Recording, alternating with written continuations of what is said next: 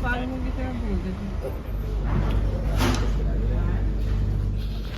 वालेकुम जनाब, कैसे हैं आप लोग। हफ्ते का दिन था, आज मियाँ को छुट्टी थी तो मैंने बोला कि फूल बनाते हैं। बहुत दिन से बनाया भी नहीं था और इसके लिए कुछ ज़्यादा नहीं करना होता, सिर्फ लोबिया का एक कैन था। प्याज बारीक बारीक मैंने काट ली थी और सारे मसाले जो लाल मिर्च वगैरह जो भी होता है, हल्दी, जो बेसिक मसाले होते हैं वो सब डाल दिए थे। उनको टमाटर के साथ भून लिया, उसके ऊपर लोबिया डाल दिया ज़्यादा और लोबिया थोड़ा सा पीस लिया, थोड़ा सा साबित रहने दिया। बस यही इसका होता है।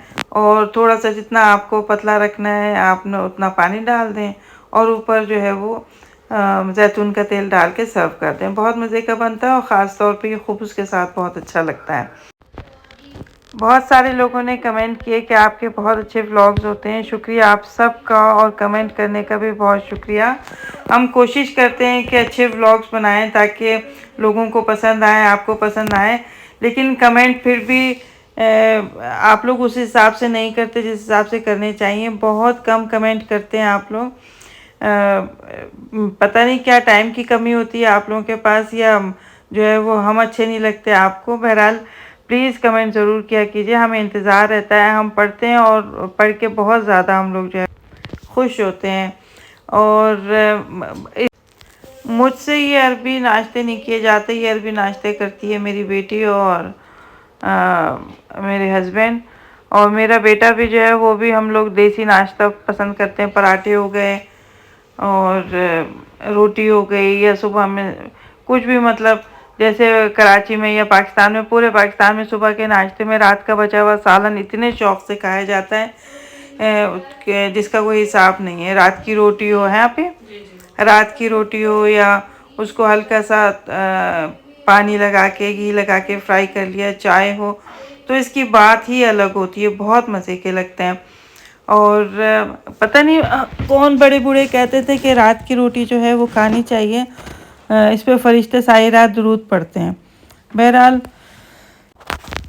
साइड में बन रही थी चाय और मैंने मियाँ से पूछा कि कितने अंडे खाएंगे। कहने लगे 2 बना दो।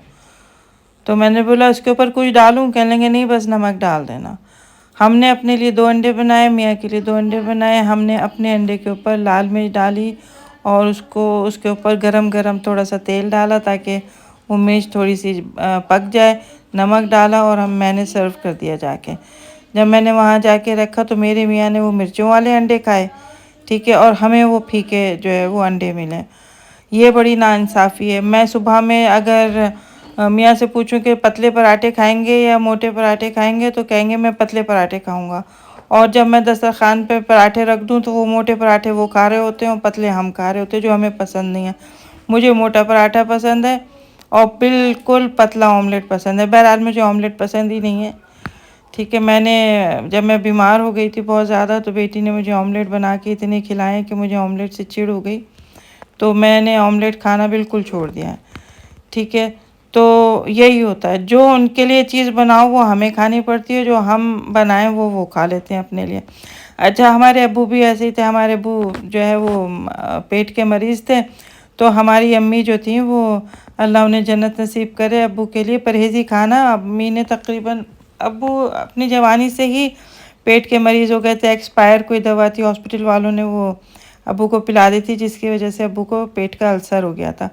तकरीबन ये मैं 40-45 साल अब्बू ने, तकरीबन इससे भी ज़्यादा अब्बू ने जो है वो परहेज़ी खाना खाया है। हमारी वालदा ने हमेशा जो है वो अब्बू के लिए परहेज़ का खाना बनाया। हमेशा 2 खाने 3 खाने बनते थे, एक अब्बू के लिए बनता था और एक हमारे लिए बनता था। हमारी वालदा ने कभी एक डिश बनाई ही नहीं। अगर गोश्त बनाया तो उसके साथ दाल बनाई है, ठीक है, दाल बनाई है तो उसके साथ कोई दूसरी सब्ज़ी बनाई है। इस तरह का चलता रहता, लेकिन अब्बू का खाना बिल्कुल सेपरेट होता था।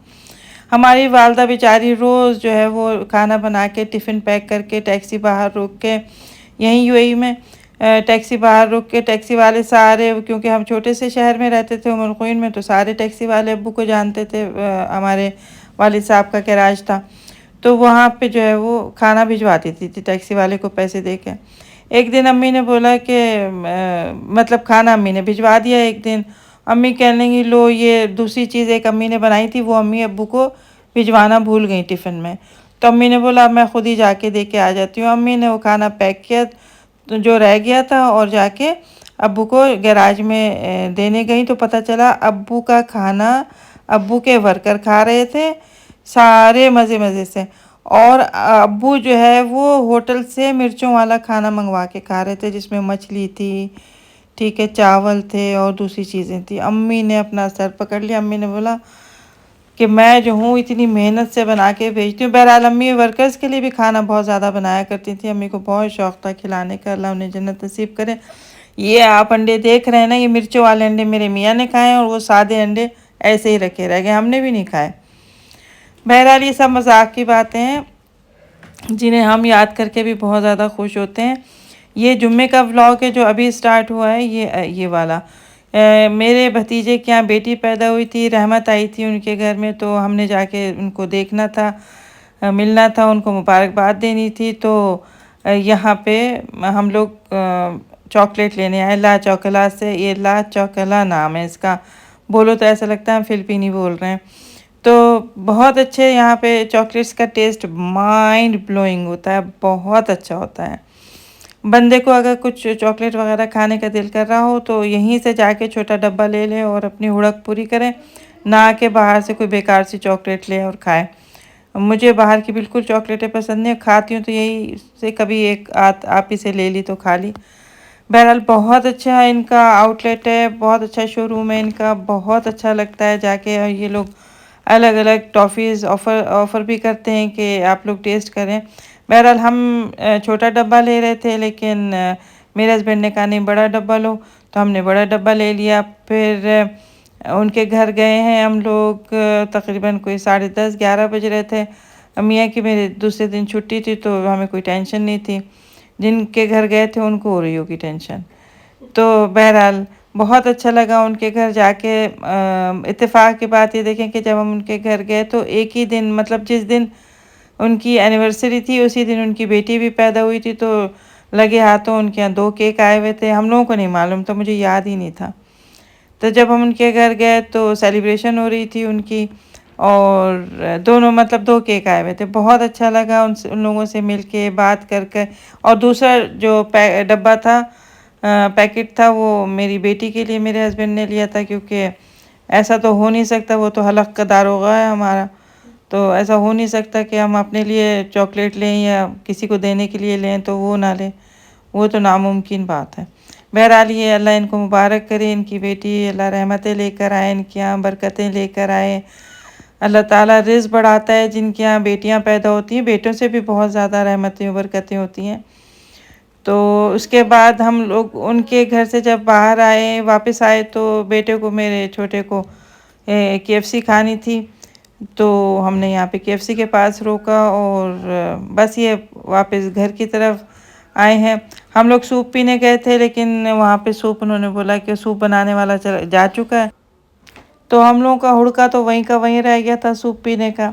तो कल मैंने अपने मियाँ से कहा कि मुझे सूप पिलाओ, क्योंकि बच्ची भी कह रही थी सूप पीने के लिए, तो हम लोग सूप पीने चले गए थे। बड़ा अच्छा सूप होता है यहाँ पे, मतलब क्या नाम है इसका आप पे? कोखल शाय।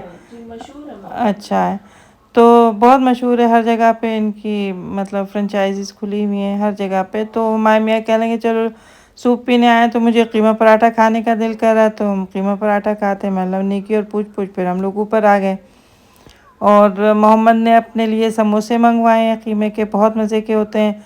मैंने सूप मंगवाया, मेरे मियाँ ने जो है वो क्या नाम है, कीमा पराठा मंगवाया, बेटी ने जो है वो क्लब सैंडविच मंगवाई। सब बहुत अच्छा होता है, मतलब खाने पीने का कोई भूखा नहीं होता कोई ना, बस जो आउटिंग होती है मतलब फैमिली के साथ, वो बहुत अच्छा लगता है, एंजॉय करता है बंदा।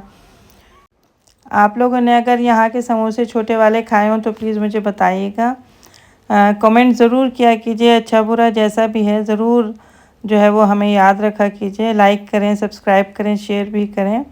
और अब हमारा वापसी का सफ़र है, वापस घर जा रहे हैं, तकरीबन ये कोई 9-10 बज रहे होंगे। अल्लाह हाफ़िज़।